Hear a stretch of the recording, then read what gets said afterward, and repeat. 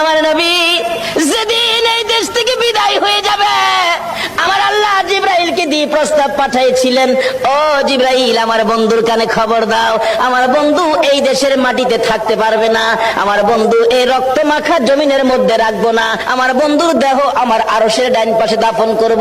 জিবরাইল খবর নিয়ে ডাকতেছেন, হুজুর আল্লাহর সালাম গ্রহণ করুন। আমি জিবরাইলের সালাম গ্রহণ করুন। আল্লাহর নবী গো, আপনার দেহ মুবারক আল্লাহর আরশের ডাইন পাশে দাফন হবে, আপনি খুশির সহিত কবুল করুন। আমার নবী কোনো কথা কয় না, দুইটা চোখের পানি ঝরঝর করে ছাড়তেছে।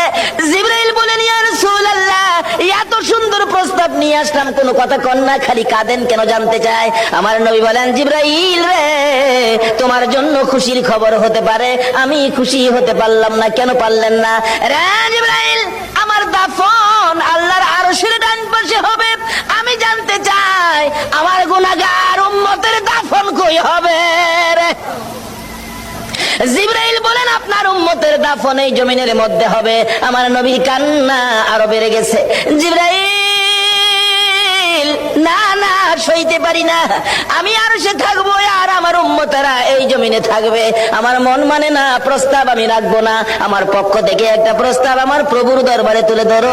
জিবরাইল রে, আমার গুনাহগার এতিম উম্মতেরা যেই জমিনে থাকবে, আমি নবী আর সে যাব না রে, আমি আমার গুনাহগার উম্মতের পাশে সেই জমিনের মধ্যে শুয়ে থাকবো।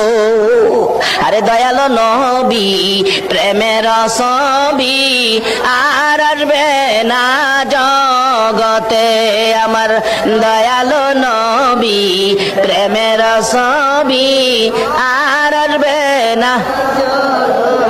হাসর দিনে উম্মত বিনে, হাসর দিনে উম্মত বিনে যাবে না নবীজি বেহেশতে। দয়ালো নবী, প্রেমের ছবি আর আসবে না জগতে, আমার দয়ালো নবী, প্রেমের ছবি।